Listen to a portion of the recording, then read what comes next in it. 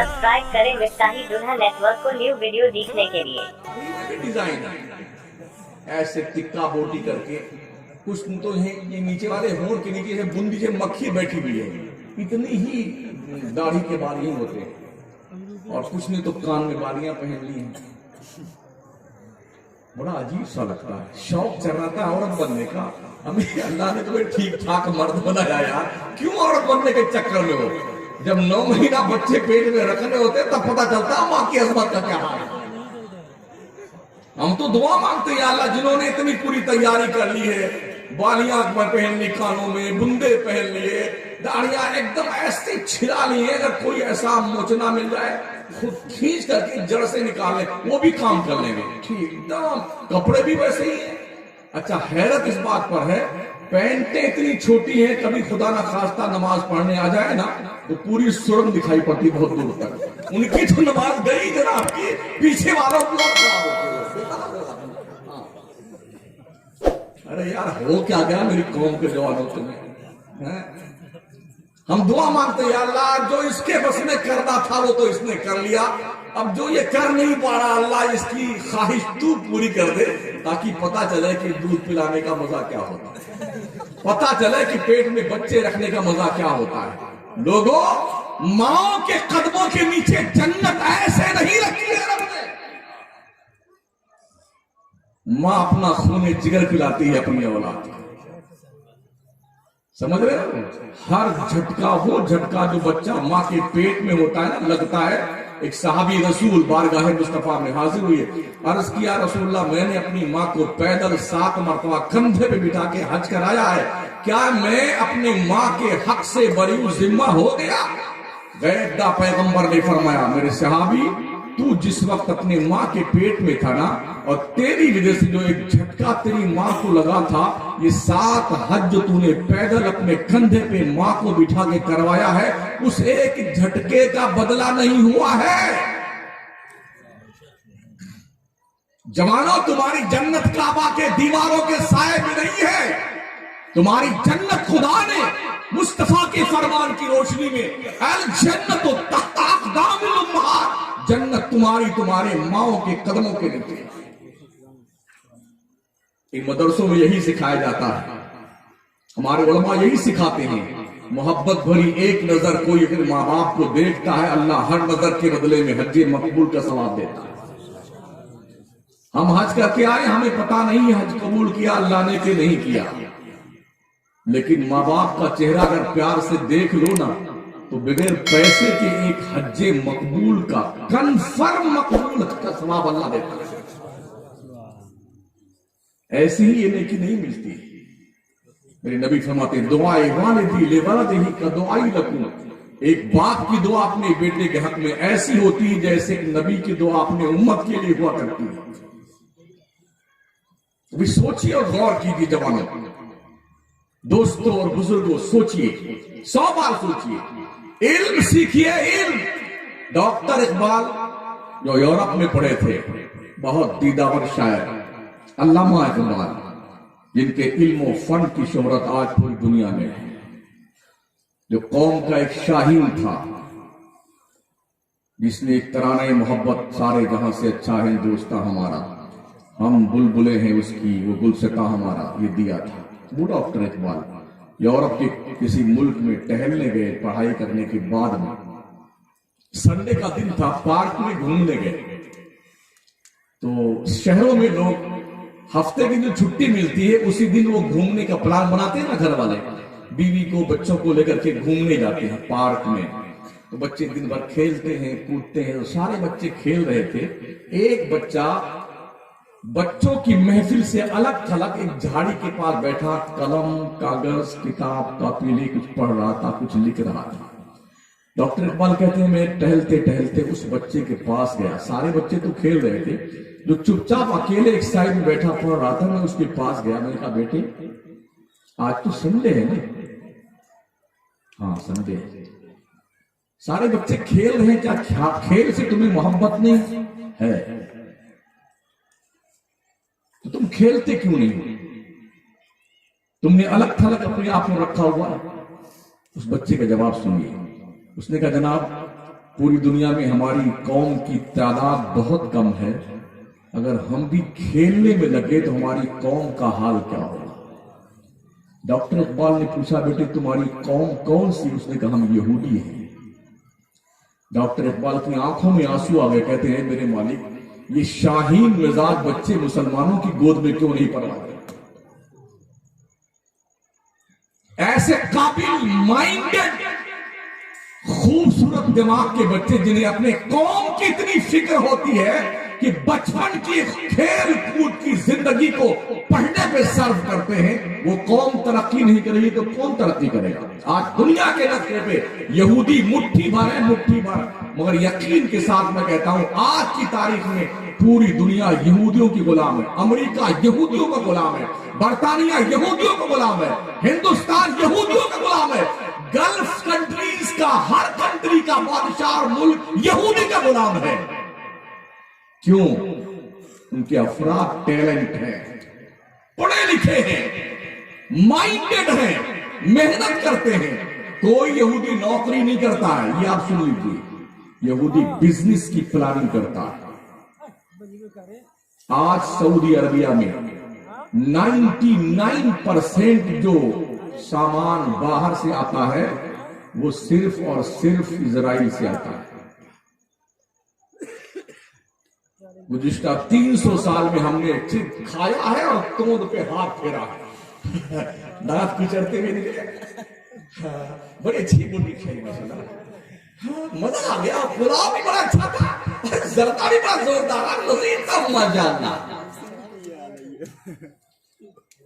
ओ मुफ्त के खा करके तोंदों पे हाथ फेरने वालों, कभी तुमने सोचा ये घिसे पिटे टूटे फूटे मदरसे कौम की आबरू बचाए हुए हैं? वरना तुम्हारा पर्सनल कोई स्कूल नहीं है, तुम्हारे पास कॉलेज नहीं है, तुम्हारे पास यूनिवर्सिटी नहीं है, जहाँ तुम्हारी माओ बहनों बेटियों और बच्चियों की तालीम का कोई इंतजाम हो। एक मुस्कान ने और तकबीर अल्लाह अकबर पुकारा ना, पूरी दुनिया के शायर उसकी शान में मनकबत लिखने लग गए। मुस्कान हमारी है, मुस्कान जिंदाबाद। अबे मुर्दाबाद लोगों, उस बच्ची ने जूते मारे हैं कौम के धंधा सेठों के चेहरों पर। अरे ओ जालिम भिखमंगो, तुम्हारे पास दौलतें तो कारून की हैं, कभी तुमने सोचा हम जैसी बच्चियों के लिए कि मुस्लिम कौम अपनी बच्चियों के पढ़ने के लिए अपनी कॉलेज खोले, अपने स्कूल खोले? अपने बच्चों की शादियों में हमारे उत्तर प्रदेश का मुसलमान 15, 20, 50 लाख, 1-1 करोड़ रुपए खर्च करता है, और खर्च करने के वक्त और करने के बाद में ऐसे चलता जैसे भैंस नहीं होती है। ऐसे खोल करके इतना बटन खोलेगा और चैन वैन पहने रहेगा बड़ी बेचैनी के साथ। तो कैसा रिसेप्शन कैंप में बैठते हैं और सब क्या बात है सेठ साहब का। अबे और सटिया हुए सेठो, तुम्हारी बुद्धि भ्रष्ट हो गई। तोड़ पका करके खा करके 2 सेंटेंस सुनने के लिए तुमने 1 करोड़ खर्च किए। काश तुमने एक कॉलेज बनाया होता तो कौम के लाखों बच्चियों और बच्चों का भविष्य तुम्हारे मरने के बाद तुम्हारी बख्शिश की दुआएं करेगा। हमारे जल से मर गए जल से हमारे, जहां से हमारी कौम सी वाह वाह वाह वाह, जिंदाबाद जिंदाबाद। ओ मुर्दाबाद लोगों, तुम किसकी जिंदाबाद पुकारते हो? शमसुद्दीन कादरी की?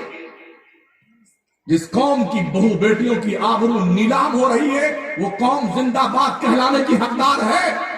जिस कौम के पास इल्म का शऊर नहीं है, वो कौम जिंदाबाद कहलाने की हकदार है। जिस कौम के पास ना दीन की तालीम है ना दुनिया की तालीम है, क्या उस कौम का कोई फर्द जिंदाबाद कहलाने का हकदार? हमारी आंखें नहीं खुलती, हम बेदार नहीं होते। मदरसे में पढ़ने के लिए मरे हुए बच्चे तो भेजेंगे, मरे हुए बच्चे कहीं नहीं चलता। फटीचर, हाँ एकदम फटीचर बच्चा वो मदरसे में पढ़ने जाता है, और काबिल बच्चा डॉक्टर बनने जाता है, वकील बनने जाता है। फिर भी इन उलमा की मेहनतें हुफ़ाज की 30-30 पारे उस मंद बुद्धि के सीने पर ये तहरीर लिख देते 30 पारों की। इनकी मेहनतों पे कुर्बान जाएंगे। जो हमारे उलमा 30-30 पारे उन बच्चों के सीनों पे लिख देते हैं जो बच्चा हर मदरसे से भाग कर आया हुआ है, क्योंकि हम भी मदरसे के आदमी हैं ना, तो हम देखते हैं नेटहवा ही आता है मदरसा पढ़ने के लिए, दोनों नली चालू है यूं टपकते, राल भी बहती रहती है ऐसे। बेटा तो लगता है आस्तीन में आरा रोड लगा के आया हुआ है, एकदम टाइट।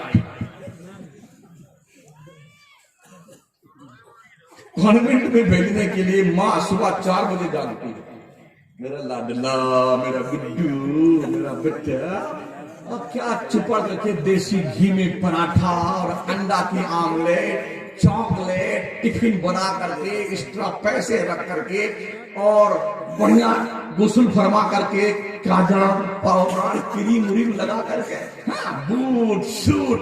अब गुड्डू के पापा को लगाती है, अरे उठिए ना गुड्डू के पापा, छोड़ के आना गुड्डू को। गलत कह रहा हूं? वो आगे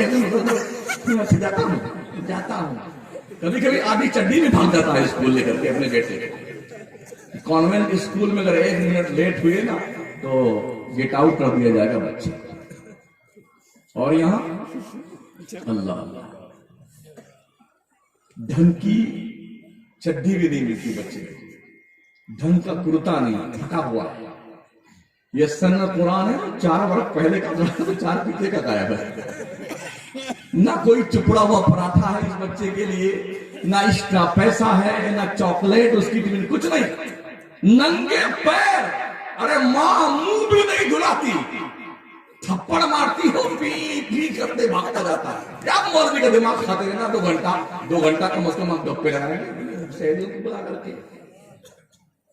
वो अंधेरे ही भले थे कि कदम राह पे थे, रोशनी लाई है मंजिल से बहुत दूर, हम बहुत दूर आ गए हैं रोशनी की इस दौर में। हम कदम हमारे बहक गए हैं, डगमगा गए हैं, इन कदमों में सिवात कदमी की जरूरत है।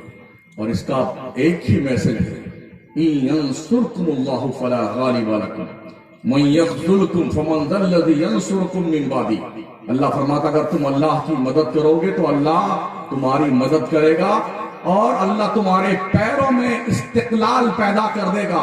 और अगर अल्लाह तुम्हारी मदद करना छोड़ दे तो फिर कौन है जो तुम्हारे आंखों के आंसू पूछेगा? सोचिए, 100 बार सोचिए, गौर फरमाइए, और 100 बार गौर फरमाइए, आपने खोया क्या है और पाया क्या है। 2-3 यूनिवर्सिटी है मुसलमानों के नाम की, जामिया मिल्लिया, जामिया हमदर्द, मुस्लिम यूनिवर्सिटी। इन्होंने थोड़ी आबरू बचा रखी है कौम। मदरसों को तो गिनते ही नहीं है कोई, मदरसों को गिनते हैं यहाँ तो गरीब लोग रहते हैं, फकीर लोग पढ़ते हैं, है ना। जब दुनिया ने बड़े बड़े माइंडेड लोगों को मदरसों के हवाले किया था, इमाम गजाली पैदा हुए, इमाम राजी पैदा हुए, मुजद्दिद अल-फिसानी पैदा हुए, अरस्तु, सुकरात बुकरात का नाम सुना है आपने, अबू अली सेना पैदा हुई, फराबी पैदा हुई, अबुल फैज पैदा हुआ, इब्नुल बन्ना पैदा हुआ। कब? जब हमने माइंडेड बच्चों को मदरसे में दिया था।